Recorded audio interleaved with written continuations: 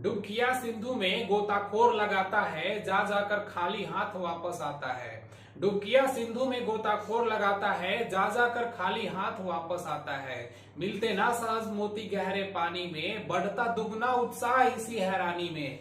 मिलते ना सहज मोती गहरे पानी में, बढ़ता दुगना उत्साह इसी हैरानी में। मुट्ठी उसकी खाली हर बार नहीं होती, और कोशिश करने वालों की कभी हार नहीं होती। जय हिंद मेरे दोस्तों, आज के क्लास में हम लोग लेकर आए हैं आपके लिए इमरजेंसी टॉपिक को, यानी कि आपातकाल से रिलेटेड जितने भी क्वेश्चन पूछे जाते हैं उन सबको डिस्कस करेंगे और कंसेप्ट भी डिस्कस करेंगे कि आपातकाल कब लगाया जाता है, अभी तक कितने बार लगा है, यानी कि कंप्लीट पैकेज इमरजेंसी टॉपिक से। तो चलिए शुरू करते हैं इमरजेंसी को। देखिए, भारत में जो आपातकाल है वो 3 तरीके के आपातकाल है। कौन कौन? तो एक को बोलते हैं हम लोग नेशनल इमरजेंसी, राष्ट्रीय आपात। दूसरे को बोलते हैं राजकीय आपात, यानी कि स्टेट इमरजेंसी। इसी राजकीय आपात को हम लोग राष्ट्रपति शासन के नाम से भी जानते हैं। और तीसरा क्या है?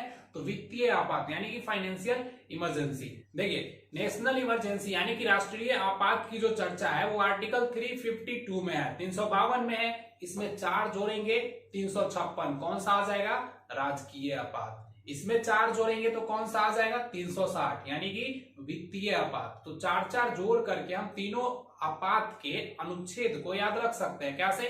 352 में राष्ट्रीय आपात, 4 जोड़ेंगे 356 में राजकीय आपात, उसमें 4 जोड़ेंगे 360 में वित्तीय आपात। अब देखिए, ये जो राष्ट्रीय आपात है इसको जर्मनी से लाया गया है, राजकीय आपात को भी जर्मनी से लाया गया है, लेकिन वित्तीय आपात को, फाइनेंशियल इमरजेंसी को कहां से लाया गया है? यूएसए से लाया गया है। देखिए कौन कौन? तो 2 को, राष्ट्रीय आपात को जर्मनी से, राजकीय आपात को भी जर्मनी से, और वित्तीय आपात को यूएसए से लाया गया है। देखिए, राष्ट्रीय आपात जो है वो अभी तक 3 बार लग चुका है। भारत में राष्ट्रीय आपात, नेशनल इमरजेंसी अभी तक 3 बार लगा है।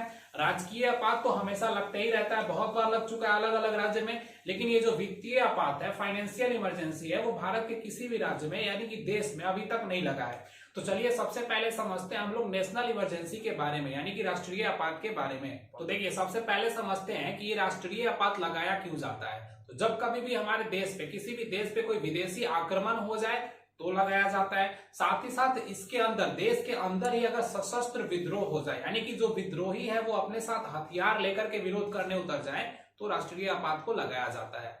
अब देखिए, राष्ट्रीय आपात को लागू कौन करता है? मंत्रिमंडल की लिखित सलाह पे इसको लागू कौन करते हैं? तो राष्ट्रपति लागू करते हैं। अब देखिए, जब कभी भी कुछ होता है तो मंत्रिमंडल राष्ट्रपति को सलाह देता है और राष्ट्रपति जो है वो आपातकाल लागू कर देते हैं। लेकिन जब ये लागू करते हैं तो इनका आपातकाल 30 दिन तक ही लागू रहता है। अगर इस 30 दिन के भीतर वो संसद से विशेष बहुमत से, विशेष बहुमत यानी कि 2/3 यानी कि 66% से अगर पारित करा लेते हैं संसद से, कब तक? इस 30 दिन के भीतर, तो ये आपातकाल 6 महीने तक लागू हो जाता है। ध्यान से समझिए, जब राष्ट्रपति लागू करेंगे तो वो केवल 30 दिन का होगा।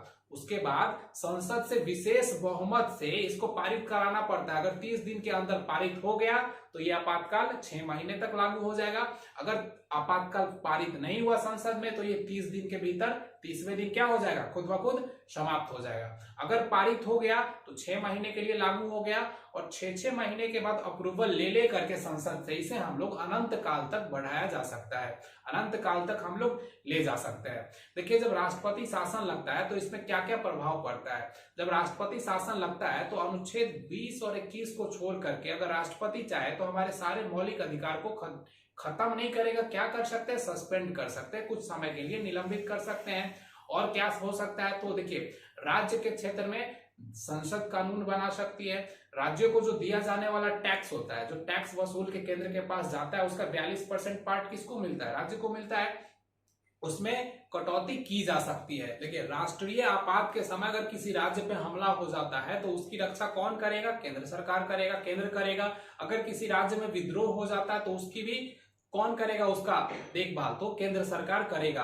तो राष्ट्रीय आपात के समय ये सारे प्रभाव देश में पड़ते हैं। देखिए, ये जो राष्ट्रीय आपात है वो अभी तक भारत में 3 बार लग चुका है। कब कब? तो सबसे पहले लगा था 1962 में, 1962 में, जब इंडिया चाइना वॉर हुआ था उस समय। उसके बाद लगा कब? तो 1971 में, 1971 में, जब हम लोग पाकिस्तान को 2 भागों में तोड़कर बांग्लादेश बनाए थे, उस समय भी राष्ट्रीय आपात लागू हुआ था। और एक बार 1975 में इंदिरा गांधी ने चुनाव जीतने के लिए लगाया था, यानी कि आंतरिक अशांति के नाम पे राष्ट्रीय आपात को लगाया था। और जितने भी विपक्षी दल का नेता थे सबको उठा करके जेल में डाल दिया था। तो देखिए ये 1975 में जो राष्ट्रीय आपातकाल लगा था वो आंतरिक अशांति के नाम पे लगा था। इसको पारित किया गया था 42वां संशोधन यानी कि 42वें संशोधन के तहत।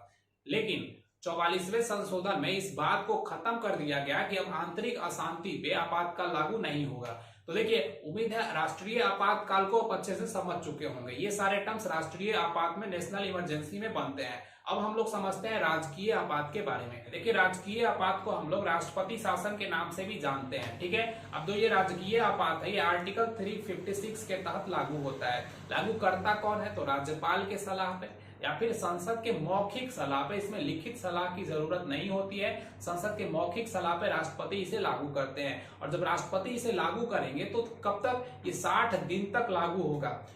नेशनल इमरजेंसी को जब लागू करते थे राष्ट्रपति तो ये 30 दिन तक लागू होता था, लेकिन जब राजकीय आपात को लागू करेंगे तो ये 60 दिन तक लागू होगा। और साथ ही साथ अगर 60 दिन के भीतर साधारण बहुमत से यानी कि 50% वोट से संसद में इसे पारित करा लिया जाता है तो ये आपातकाल भी आगे 6 महीने तक लागू हो जाता है। देखिए जब राष्ट्रपति इसे लागू करेंगे तो ये 60 दिन तक लागू होगा और 60 दिन के भीतर अगर संसद 50% बहुमत से इसे पारित कर देती है तो ये अगले 6 मंथ तक क्या हो जाएगा? लागू हो जाएगा। और इसको 6 मंथ पे 6 महीने पे संसद से अप्रूवल लेकर के 3 साल तक बढ़ाया जा सकता है। यानी कि राजकीय आपात को हम लोग ज्यादा से ज्यादा 3 साल तक लगा सकते हैं। लेकिन राष्ट्रीय आपातकाल को हम लोग 6 महीने के अनुमोदन पे कहां तक बढ़ा सकते हैं? तो अनंत काल तक बढ़ा सकते हैं। देखिए राजकीय आपात के समय जो सारी शक्तियां होती है वो कहां चली जाती है? तो वो राज्यपाल के पास चली जाती है, ठीक है। लेकिन राजकीय आपात के समय हाई कोर्ट पे कोई प्रभाव नहीं पड़ता है। तो देखिए राजकीय आपात से ये सारे क्वेश्चन पूछे जाते हैं। अब राजकीय आपात बहुत सारे राज्यों में लगते रहते हैं। जब कभी जैसे देखिए जम्मू कश्मीर में क्या हुआ था, वहां की जो सरकार थी वो बहुमत खो दी थी तो वहां पे किसका शासन लग गया? राष्ट्रपति शासन लग गया, यानी कि राजकीय आपात लग गया।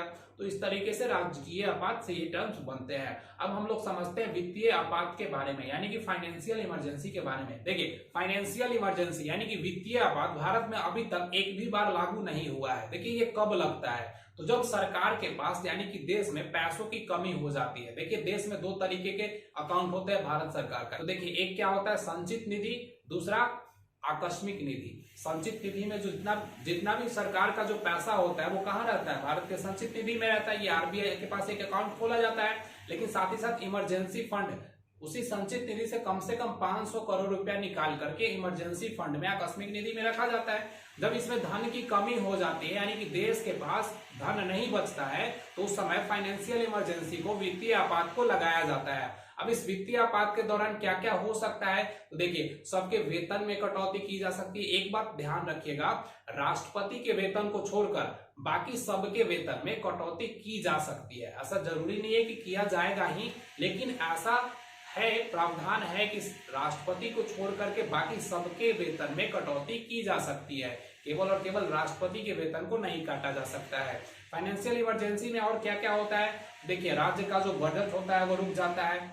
और क्या क्या होता है? तो पैसे से रिलेटेड जितने भी काम होने थे वो सब क्या होता है? रुक जाते हैं। अभी तक भारत में एक भी बार वित्तीय आपात नहीं लगा है। इसे कहां से लाया गया था? तो इसे लाया गया था यूएसए से। नेशनल इमरजेंसी जर्मनी से लाया गया, स्टेट इमरजेंसी जर्मनी से लाया गया, लेकिन फाइनेंशियल इमरजेंसी यूएसए से लाया गया। तो उम्मीद है आपातकाल से रिलेटेड टॉपिक को आप अच्छे से समझ गए होंगे और इनसे जो जो क्वेश्चन बनते हैं उसको भी आप लोग अच्छे से समझ गए होंगे। दोस्तों तो अभी के लिए हम इस वीडियो को यहीं तक रखते हैं। मिलेंगे अगले वीडियो में ऐसे ही किसी इंपॉर्टेंट टॉपिक को लेकर के। तब तक के लिए आप अपनी तैयारी को मजबूत करते रहिए। जय हिंद।